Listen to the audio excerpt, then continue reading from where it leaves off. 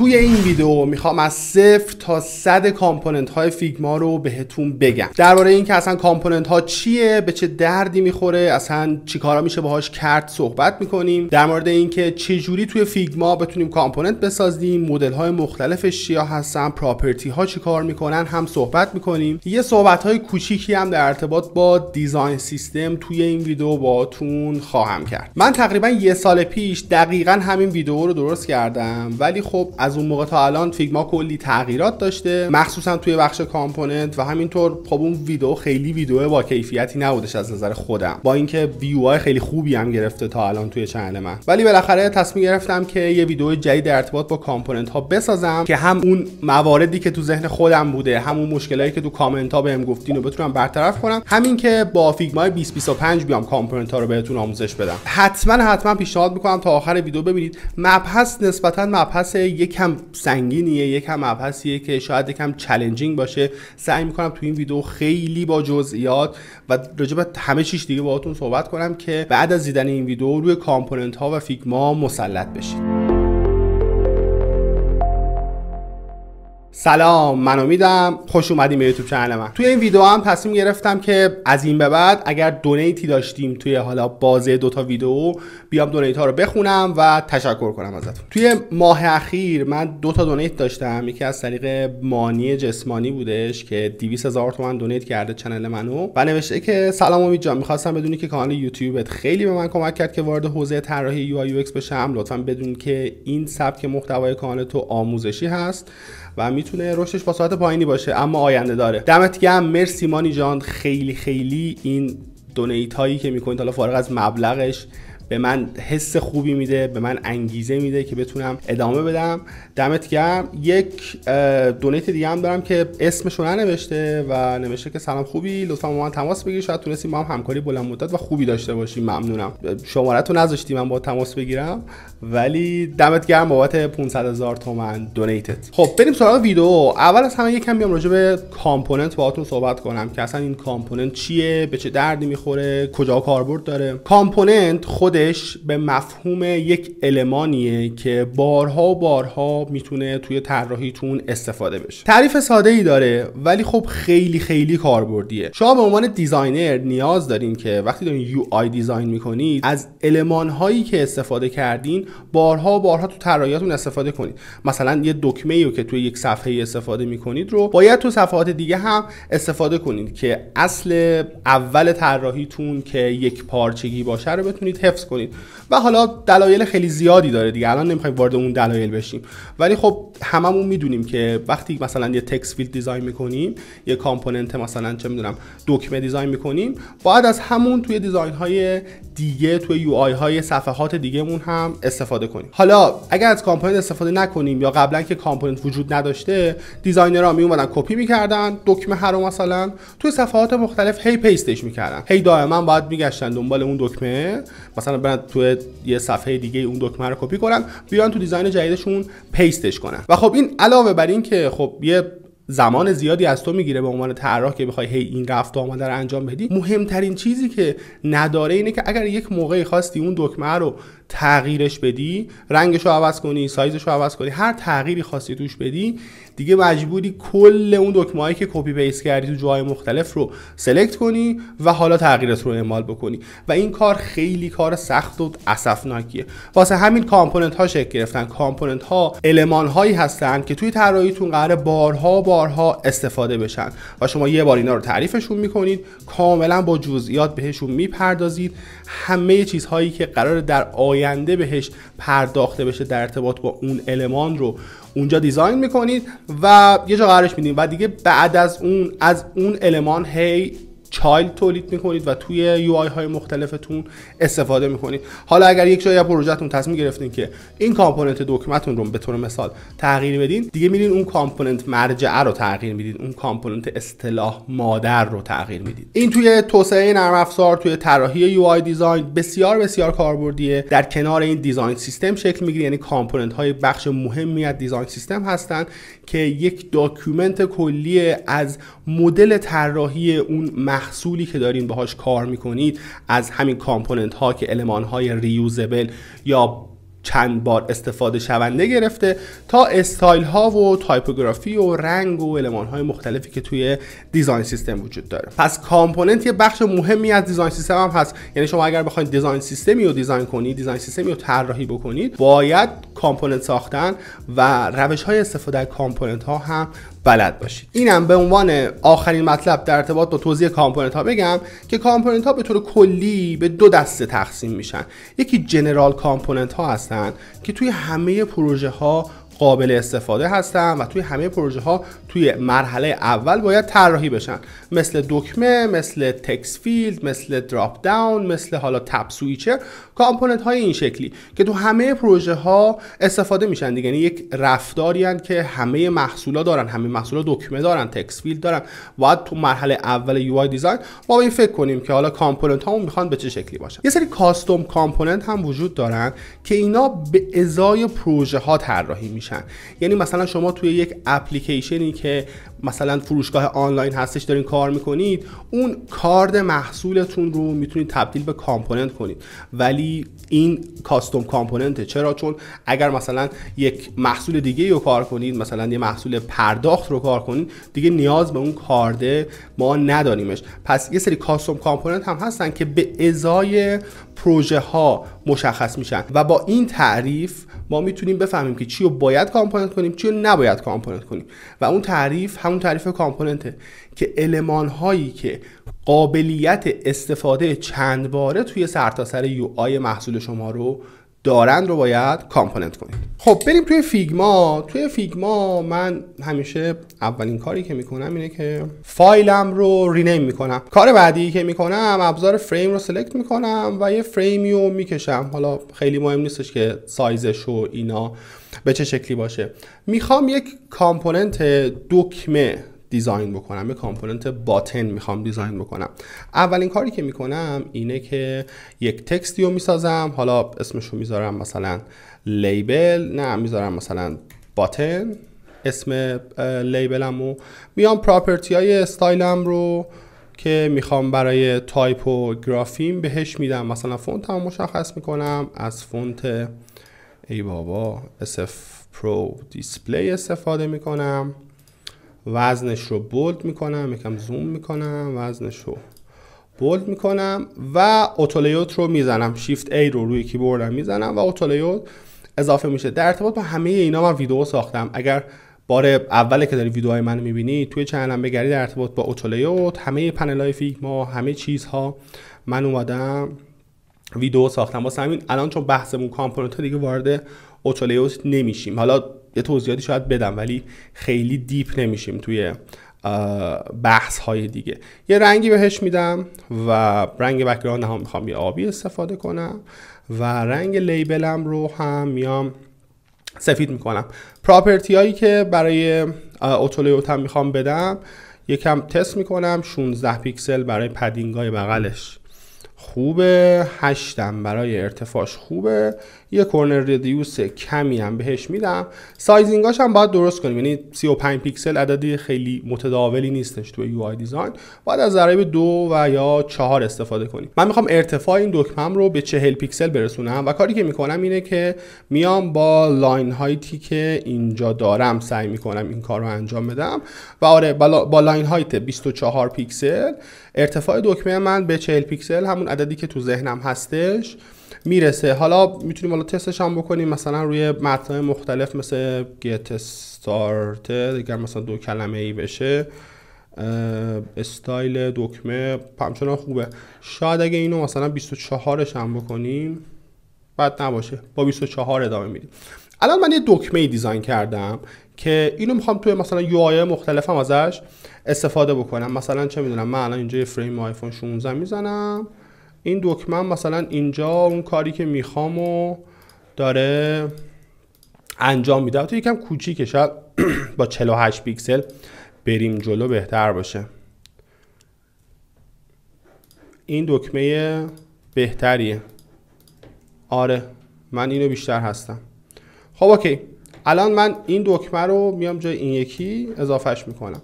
خب برای کامپوننت کردن هر چیزی تنها یک کلیک فاصله داریم باهاش و تنها کاری که نیاز انجام بدیم اینه که سلکتش بکنیم، اون چیزی که می‌خوایم تبدیل به کامپوننتش کنیم، از این بالا سمت راست تو این سکشنی که اینجا وجود داره روی این 4 تا لوزی بزنیم که کامپوننتمون ساخته بشه. این آیکون لوزی رو توی ذهنتون داشته باشین. یکی اینه، یکی رنگ بنفشیه که توی محیط فیگما میبینید. هر جای این دوتا رو دیدین بدونید که با کامپوننت طرف هستین. اینا در واقع نشونه هایی هستن که فیگما بهتون میده که بدونید با کامپوننت سر و کار دارید. الان من با کلیک کردن روی اون گزینه یه کامپوننت جدید ساختم، اسمش رو هم میذارم باتن و اسمش رو هم رینیم کردم. اینجا هم تبدیل شد به باتن. حالا کاری که میتونم بکنم اینه که از این یه کپی بگیرم با آپشن، حالا توی مک و آلت روی ویندوز و درگ کردن میتونید از هر چیزی کپی بگیرید. من الان از این کامپوننت هم کپی گرفتم و دارم توی یو آی هم ازش استفاده میکنم. حالا فکر کنید مثلا چه میدونم x تا یو آی مختلف دارین که توی جاهای مختلف، توی سایزهای مختلف اومدین و حالا با لیبل های مختلف از این کامپوننت استفاده کردین. کاری که میتونید انجام بدید و امکانیه که کامپوننت براتون فراهم میکنه اینه که اگر من یک نقطه‌ای تصمیم گرفتم که به جای رنگ آبی بیام یه رنگ سبز استفاده کنم، اتفاقی که میفته رو ببینید. من میام اینو تبدیل به رنگ سبزش میکنم، کامپوننت پرنت رو سلکت کردم و همه کامپوننت های دیگه‌ای که توی یو آی های مختلفم، توی سر فایلم، یعنی پیج های مختلف، یو آی و فریم های مختلف داشته باشم، میاد اون تغییری که توش دارم اعمال میکنم در واقع روی کامپوننت پرنت روی کامپوننت های اصطلاحاً چایلد هم اعمال میشه و این امکان فوق العاده ایه که کامپوننت به ما میده. حالا از کجا بفهمیم که یک کامپوننت پرنت یا یک کامپوننت چایلده؟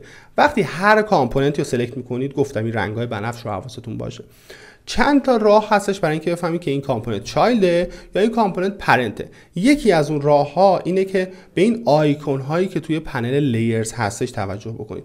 اگر لوزی تو خالی بود به معنی اینه که این یک کامپوننت چایلده و اگر 4 تا لوزی کنار هم دیگه بود به معنی اینه که این یک کامپوننت پرنته. یه راه دیگه هم وجود داره، از طریق این سایت بار سمت راست توی سکشن اول اگر کامپوننتتون کامپوننت چایلد باشه یه دکمه داره تحت عنوان from this file که وقتی روش کلیک میکنی میره کامپوننت پرنت رو سلکت میکنه. اما تو کامپوننت پرنت اینها دکمه های متفاوتی هستند که حالا ادامه و جلوتر راجبش صحبت میکنیم. یه نکته‌ای که وجود داره که بسیار نکته مهمی از اون نکته‌های امتحانیه که هستش اینه که شما یه کامپوننت مرجعی رو درست میکنید، مثل این دکمه‌ای که من الان طراحی کردم، میاید به عنوان چایلد توی جاهای مختلف هم مثل این جاهایی که من دارم الان استفاده میکنم هم ازش استفاده میکنید. حالا اگر من بیام اینا رو سلکت کنم و تغییری توی اینا بدم چی؟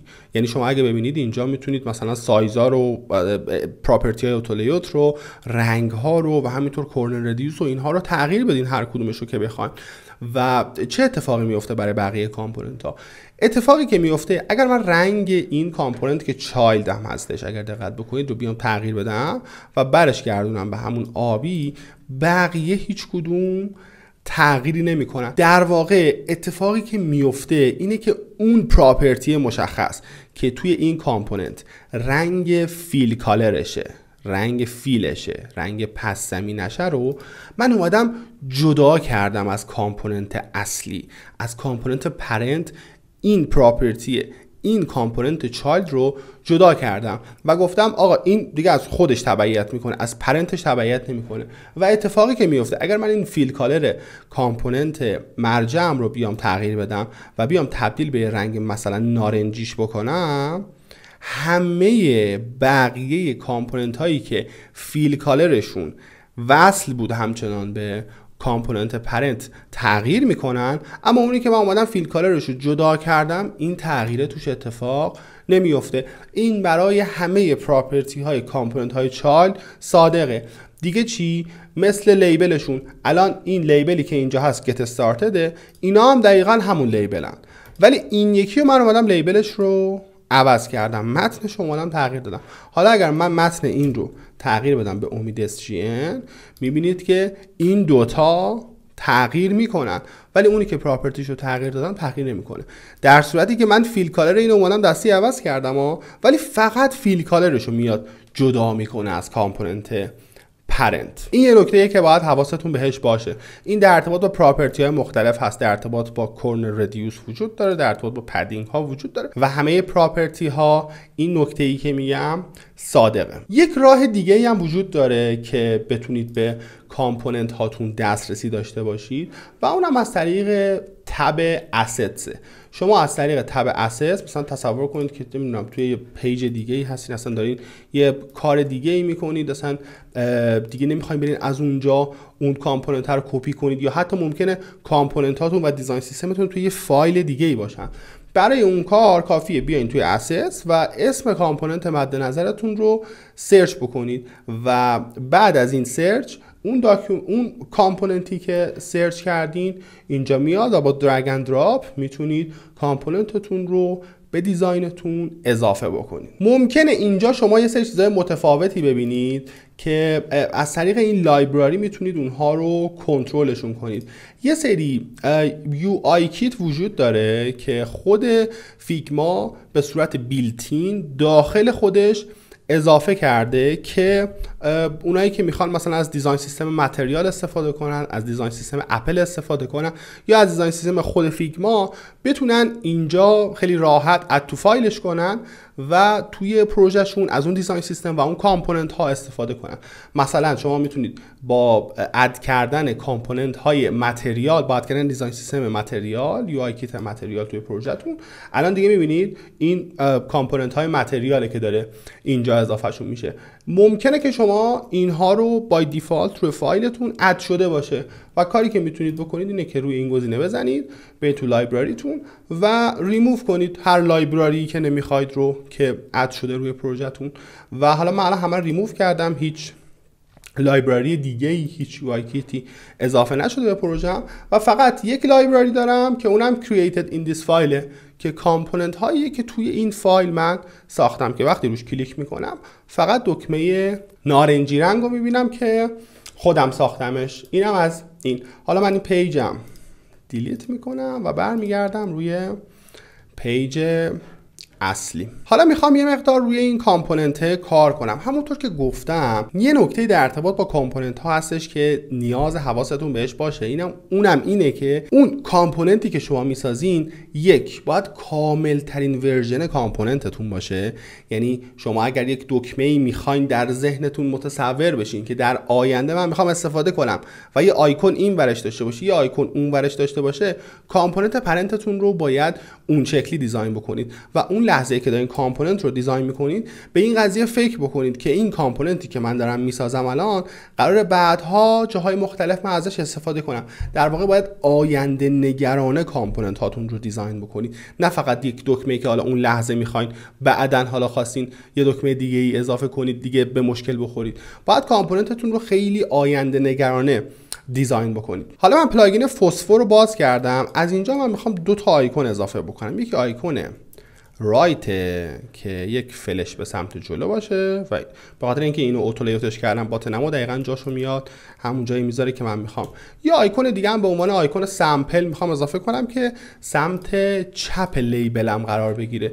یعنی مثلا دارم میگم ممکنه که من اینجا همون با گت استارتد بخوام یک آیکونی هم سمت چپ لیبلم قرار بدم که یکم اون کاری که اون عرضم خدمت شما دکمه داره انجام میده رو بتونم با آیکون به اون مخاطبم، به اون کاربرم انتقالش بدم و یه همچین چیزی رو من میام طراحیش میکنم. حالا اینجا یه سری نکته وجود داره. اولین نکته‌ای که وجود داره اینه که خب من باید این کامپوننتم رو جوری طراحی بکنم که توی کامپوننت های چایلدم به مشکل نخورم. مثلا آقا من اینجا نمیخوام این آیکون مثلا سمت چپم یا حتی آیکون سمت راستم اینجا وجود داشته باشه. یه راهی که وجود داره که راه خیلی تمیزی نیست و اصلا بهتون پیشنهاد نمیکنم اینه که بیاین دابل کلیک کنید، سلکتش کنید و این رو روی گزینه دیلیت بزنید. در واقع این دیلیت نمیشه. در واقع اگه دقت کنید این آیکون ایلین داره هاید میشه و توی کامپوننت های چایلد چیزی در واقع حذف نمیشه، فقط میتونن چیزها هاید بشن. یا بیام روی این یکی بزنم و حالا چه گزینه هایدو بزنم چه گزینه دیلیتو بزنم یه اتفاق میفته. ولی برای اینکه این امکان رو به شکل درست و حرفه‌ای پیاده سازی بکنیم باید بیایم از پراپرتی های فیگما استفاده بکنیم. توی فیگما ما 4 مدل پراپرتی داریم. برای اینکه پراپرتی ها رو ببینیم کامپوننت پرنتمون رو سلکت میکنیم و روی این گزینه کلیک میکنیم. 4 مدل پراپرتی مختلف در فیگما برای کامپوننت ها وجود داره. اولین پراپرتی وریانت، دومین پراپرتی تکست، سومی بولینه و چهارمی اینستنس سوابه. روی ستای تکست و بولین و اینستنس سواب اول صحبت میکنیم و در آخر در ارتباط با وریانت صحبت میکنیم. با پراپرتی بولین شما میتونید مشخص بکنید یک یا یه سری المان توی کامپوننت مرجعتون امکان این رو دارن که یه موقعی باشن یه موقعی نباشن. یعنی این بسته به استفاده اون نقطه‌ای که از اون کامپوننت وجود داره میتونه دیزاینر تصمیم بگیره اونجا اون المان رو میخواد بذاره یا میخواد نذاره. دقیقاً مثل همین آیکون ایلینی که راجبش حرف زدیم. شما میتونید بیاید به این آیکون ایلین یک پراپرتی بولین بدید، یک پراپرتی ترو فالس یا بودن یا نبودن بهش بدید که بتونید تو کامپوننت چایلدتون اینو به شکل حرفه‌ای کنترلش کنید که یه موقع تصمیم بگیرید باشه یه موقع تصمیم بگیرید نباشه.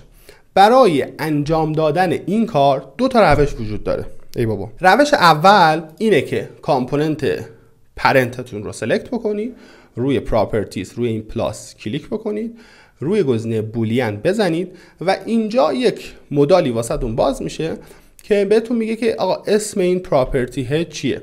پراپرتی ه مثلا اسمشو میذارین left icon، یعنی میگین آیکون سمت چپ و ولیو دیفالتش هم میذارین روی true و روی create property بزنید یک پراپرتی بولین به اسم left icon با مقدار true برای این پرنتتون برای این کامپوننت پرنتتون اضافه شده.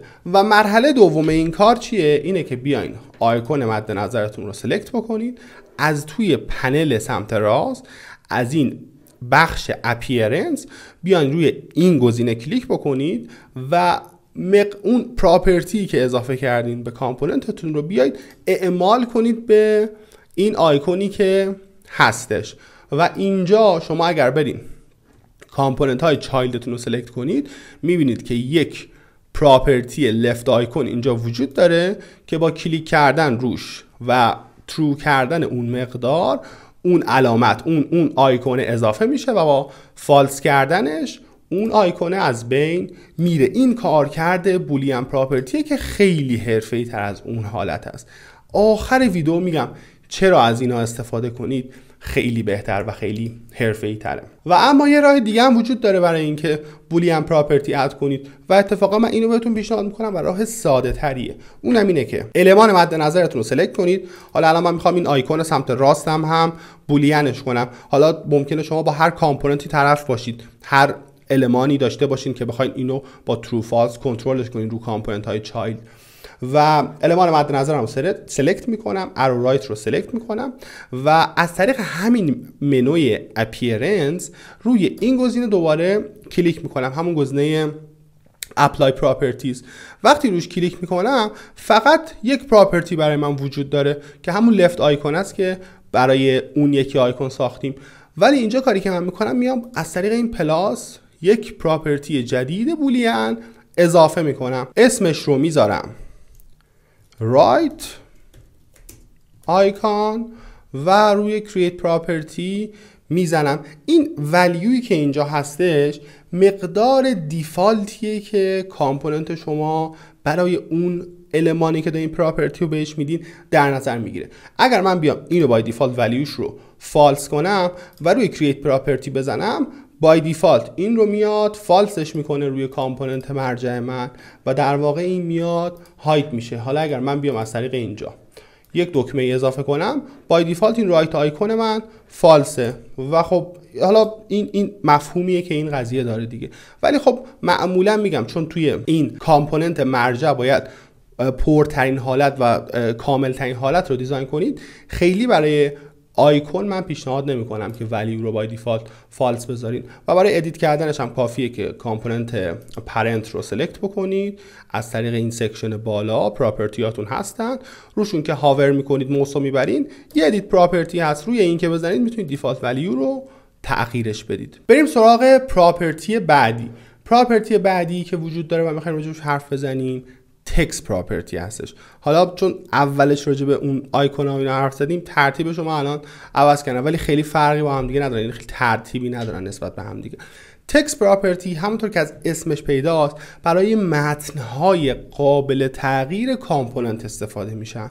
یعنی چی؟ یعنی آقا الان گت استارتدی که من دارم میزنم یک متن سامپل از دکمم دیگه، یه جایی میخوام سابمیت باشه، یه جایی میخوام نکست باشه، یه جایی میخوام فلان باشه، هر جایی به نسبت صفحه و اون کانتکست و اون موضوعی که دکممو دارم ازش استفاده میکنم میخوام متنش رو تغییر بدم دیگه. و کاری که میکنم اینه که روی تکست پراپرتی کلیک میکنم، یک تکست پراپرتی جدید درست میکنم و اسمش رو میذارم مثلا تایتل یا اسمش رو میذارم لیبل و ولیو دیفالتش هم بهش میدم، دقیقا مثل همون چیزیه که برای بولین داشتیم. حالا مثلا ولیو دیفالتش رو خود ولیو میذارم یا اصلا همون get started میذارم، خیلی مهم نیستش که این رو چی میذاریم. این ولیو دیفالت و اولیه‌ایه که برای نمایش وجود داره. روی create property که میزنم دوباره همون اتفاق میفته، یک پراپرتی تکست اضافه میشه، ولی من باید بیام این پراپرتی رو اعمالش کنم به اون المان مد نظرم و برای این کار میام get started رو سلکت میکنم. این سری از طریق این سکشن بالا، این سکشن تکست، روی این گزینه کلیک میکنم. این علامت 6 ضلعیه که یه چیزی داخلشه، این برای وریبل ها و پراپرتی ها استفاده میشه. روی این کلیک میکنم و پراپرتی لیبلم رو بهش میدم. خیلی مهمه این جای اینا. الان شما روی اپیرنس بزنید اون لفت آیکون و رایت آیکون رو میبینید ولی اون لیبلی که ساختین رو نمیبینید و لیبل اینجاست چون تکست پراپرتیه و توی سکشن تکسته. اینم مقدار اولیه‌شه get started. وقتی روش بزنم همونطور که دیدین مقدار اولیه رو میده به این هر چیزی که باشه و دیگه اینجا روی کامپوننت های چایلد من لیبلم هم قابل تغییره. مثلا اینجا اسمش رو تغییر میدم، میذارم رو سابمیت.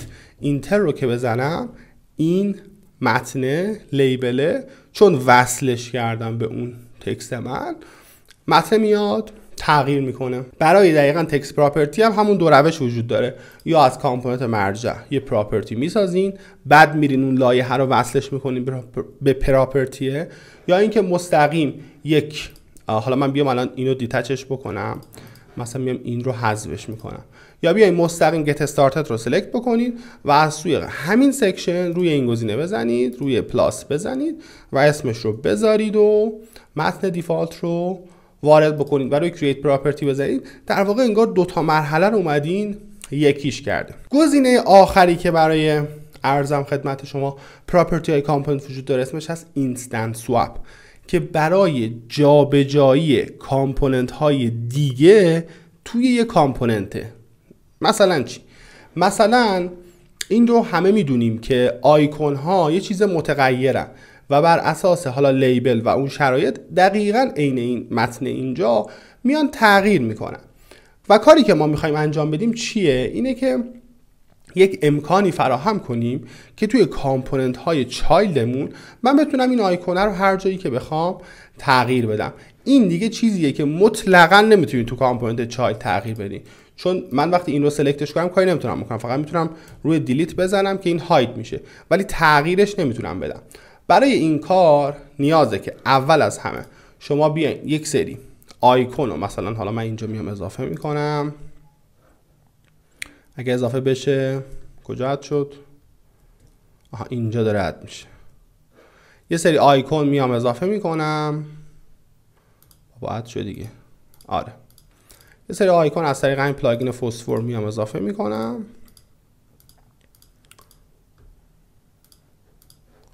و همشون رو سلکت میکنم میبرم توی همین فریم این ورم و اینا رو جداگونه تبدیل به کامپوننت میکنم و کاری که نیاز انجام بدم اینه که روی این فلش به سمت پایین بزنم و روی create multiple components کلیک بکنم، همه اینا رو میاد جداگونه برای من تبدیل به یک کامپوننت پرنت میکنه.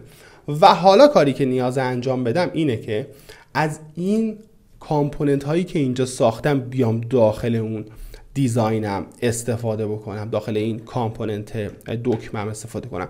یعنی در واقع از یک کامپوننت توی یک کامپوننت دیگه. این پیش نیاز پراپرتی اینستنس سواب. درگ میکنم میندازمش این تو. اگه دقت کنید این کامپوننت چایلده، کامپوننت پرنت رو نمیارم توی کامپوننت پرنت دیگه، این شدنی نیست. این کامپوننت چایلده. میام المانای اون رو بهش میدم، سایزش رو میکنم همون 16 پیکسلی که این هست، رنگش رو میکنم همین رنگ سفیدی که مد نظرم هست و برای فلش سمت راست هم همینطور. حالا مثلا اینو کپی میگیرم میارم اینجا، درگش میکنم این تو میندازم و سایزش رو میکنم 16 پیکسل و رنگش رو هم سفید میکنم. عرضم خدمت شما الان توی این کامپوننت من یه سری کامپوننت دیگه وجود داره، یعنی خودش یه کامپوننت پرنته به اسم باتن و داخلش یه دوتا کامپوننت دیگه هن به اسم آرم چیر که این مبل است و این ارو فت لاین رایت که این یکی کامپوننت و آیکون دیگه هم. حالا میام چه کار میکنم؟ حالا دوباره کامپوننت مرجع رو سلکت میکنم، روی این پلاس پراپرتی کلیک میکنم، روی اینستنس سواب کلیک میکنم، دقیقا همون مراحلی که بقیهشون داشتم. یک اسمی براش مشخص میکنم. این اسم مشابه همون اسمای دیگه‌ای که داریم. اسم این یکی هم من میذارم لفت آیکان. چون یه بار این اسم استفاده کردم، وقتی دوباره این اسم استفاده کنم فیگما یه 2 میاد کنارش میذاره. واسه همین اینو مثلا میذارم چه میدونم change left icon، اسمش میذارم change left icon. یه ولیو دیفالت داره. این ولیو دیفالت میتونه هر چیزی باشه، هر کدوم از این کامپوننت هایی که میسازین باشن. چون من هنوز اینو اول دارم میسازم بعد میخوام وصلش کنم، اینا رو داره از من میگیره. من میام ولیو دیفالت همون مبله میدم که اونجا داریمش و روی create property کلیک میکنم. همونطوری که میبینید یه change left icon اضافه شد با پراپرتی با ولیو دیفالت آرم چیر. حالا میام آرم چیر رو سلکت میکنم و این سری از توی این بخش بالا روی این گزینه سلکت میکنم، کلیک میکنم و چنج لفت آیکان رو روش میزنم. هیچ اتفاقی نمیفته، هیچ تغییری نمیکنه، ولی اگه ببینید این بالا بنفش شده.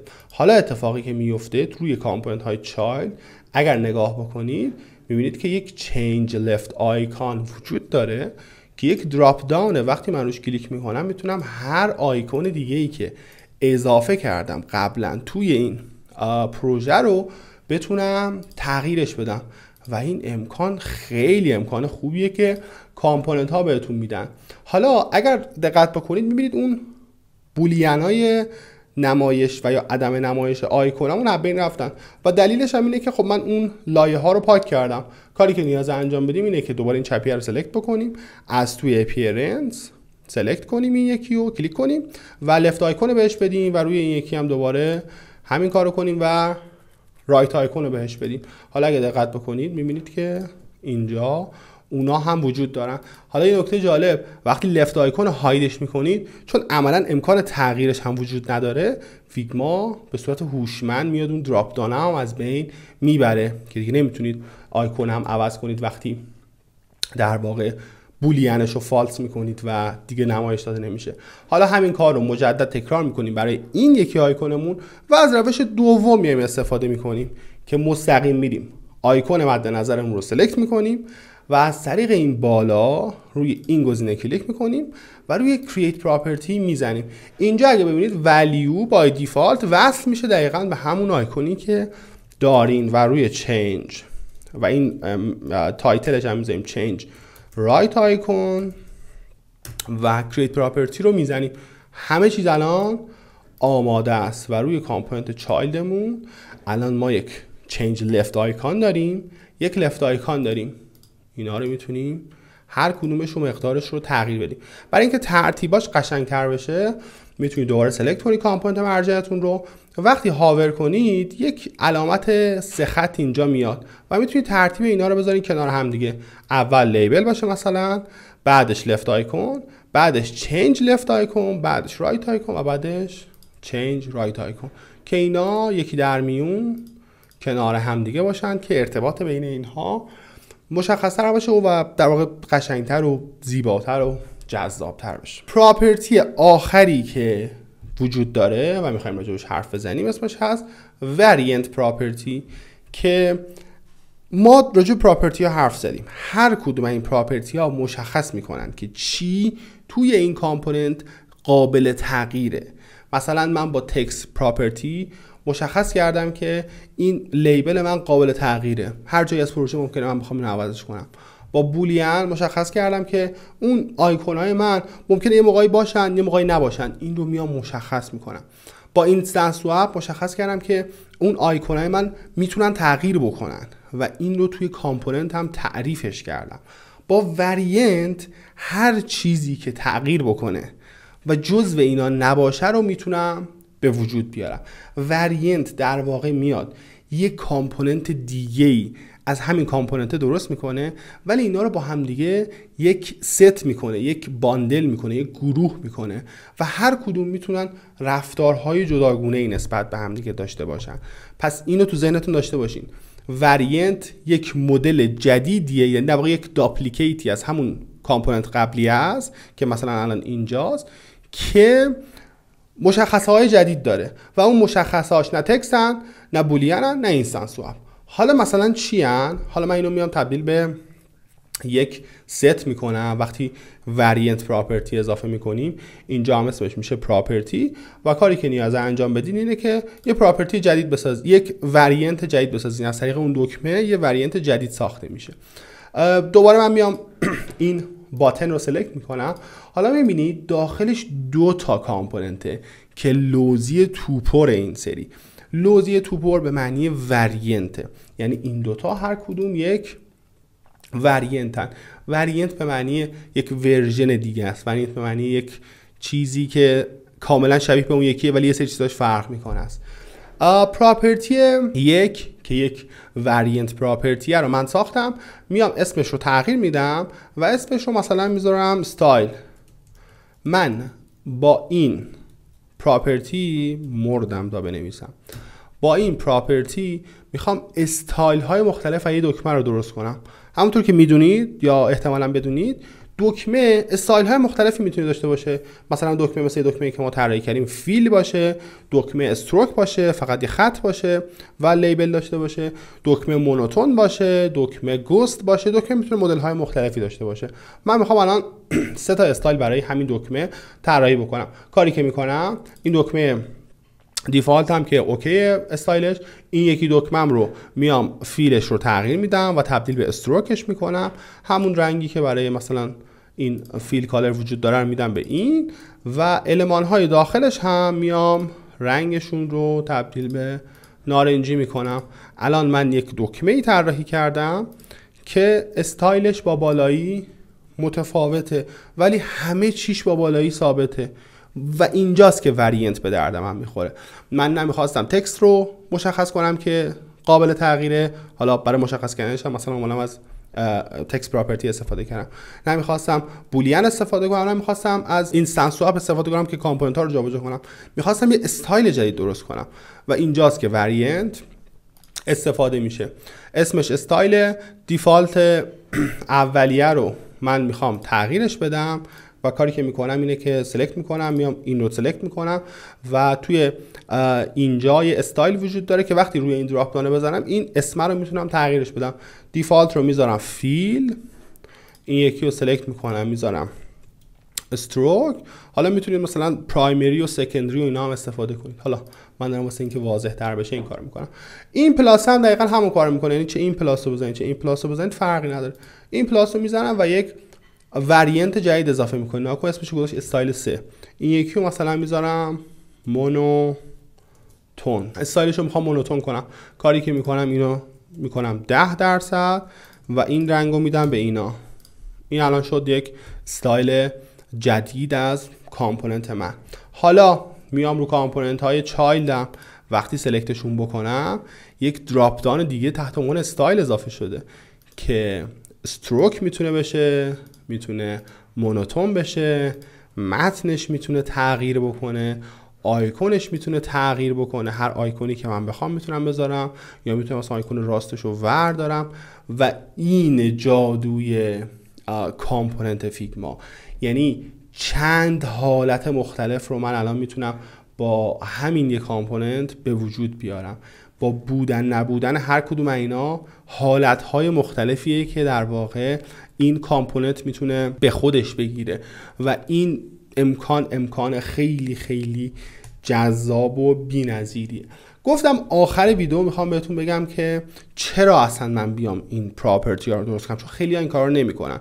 همونطور که گفتم شما اگر مثلا من الان بیام از توی این لیبل رو کلا حذف کنم، همچنان اینا قابل تغییرن. من میتونم اینو سلکتش کنم، اینتر رو بزنم و اینو تغییرش بدم، اتفاق خاصی هم نمیفته واقعا. ولی نکته یک چیز دیگه ایه. من یه کامنت زد بزنم این برگرده. آره، نکته چیز دیگه ایه. نکته اینه که شما با نشون دادن این کار، با انجام این کار نشون میدید که یک دیزاینر حرفه‌ای هستین. اولین مرحله‌ای که هستش، اولین چیزی که وجود داره. و دومین چیزی که وجود داره اینه که واقعا مشخص میکنید که چیا قابل تغییرن. الان این کامپوننت ساده‌ایه، کامپوننت دکمه، همه چیز این تو قابل تغییره.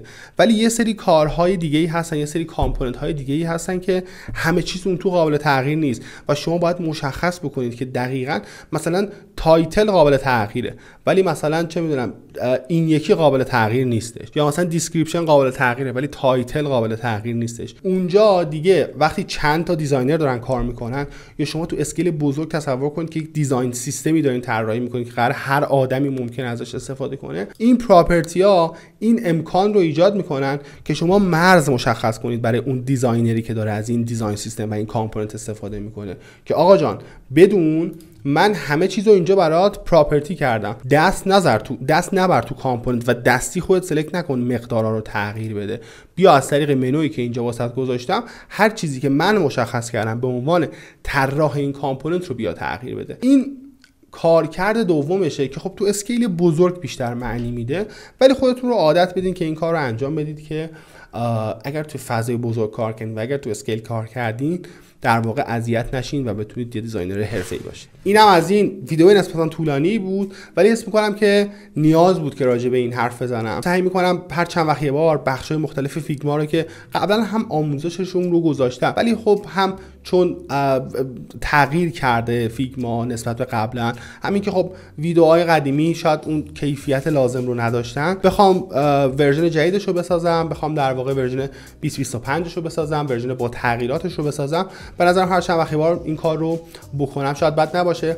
اگر فکر میکنی که این کار خوب بوده، فکر میکنی که شاید چیزای دیگه ای هستش توی فیگما که حالا قبلا راجعش حرف نزدم، یا اگر حرف زدم الان برات گیج کننده است یا متوجهش نمیشی، توی کامنت ها این ویدیو واسم بنویس که توی ویدیوهای بعدی برام سراغشون، مثل اوتولیوت، مثل خود پنل های مختلفی که فیگما داره، مثل استایل ها و چیزهای دیگه ای که توی فیگما هستش. اگه تا اینجای ویدیو دیدین خیلی خوشحال میشم ویدیومو لایک کنید، برام یه کامنت بذارین، یا اگه چنلمو سابسکرایب ندارین چنلمو سابسکرایب کنید. دمتون گرم. ویدئویی که رو تصویر میبینید هم مرتبط ترین ویدیو با ویدئویی که دیدین. امیدوارم اینم ببینید و حالشو ببرین. به امید دیدار. بای بای.